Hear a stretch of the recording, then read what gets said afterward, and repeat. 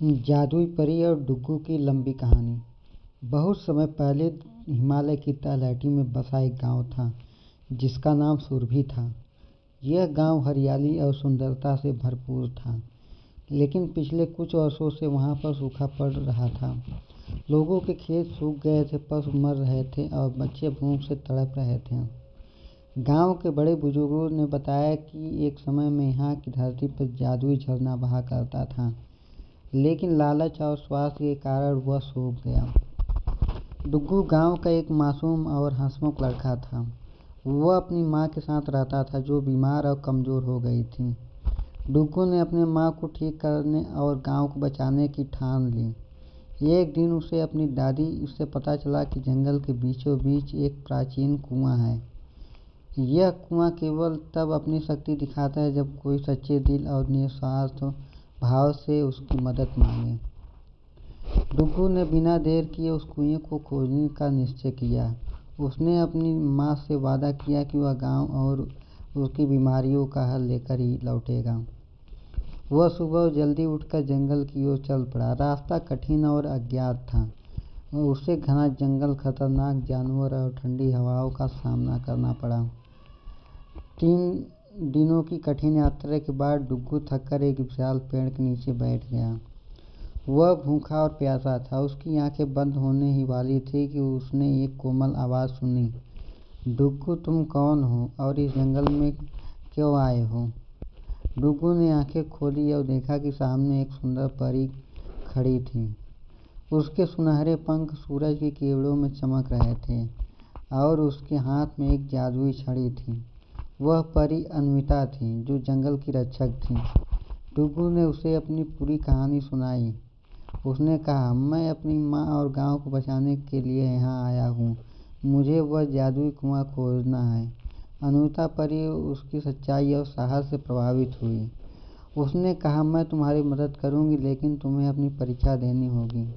जादुई कुएं तक पहुँचना आसान नहीं है। परी ने डुग्गू को एक रास्ता दिखाया जो कांटों से भरा हुआ था। रास्ते में उसे एक घायल हिरण मिला। हिरण दर्द से करा रहा था। डुग्गू ने बिना सोचे समझे अपने कपड़े फाड़कर उसके घाव पर पट्टी बांधी और उसे पानी पिलाया। वह हिरण ठीक होकर भाग गया। परी यह देख मुस्कुराई और बोली, तुम्हारा पहला कदम सफल हुआ। डुग्गू आगे बढ़ा तो उसे एक विशाल नदी दिखाई दी। नदी का पानी ठंडा, बहाव तेज था। उसे डर लगा, लेकिन उसने हिम्मत नहीं हारी। उसके पास के पेड़ों से लकड़ी काटकर एक छोटी सी नाव बनाई और धैर्यपूर्वक नदी पार की। दूसरी ओर पहुंचकर वह थक गया, लेकिन उसका इरादा अटल था। परी ने फिर उसे आशीर्वाद दिया। आखिरकार डुग्गू जादुई कुएं के पास पहुंच गया, लेकिन वहां एक बड़ा अजगर रास्ता रोक कर बैठा था। अजगर ने गुस्से में कहा, तुम यहाँ क्यों आए हो?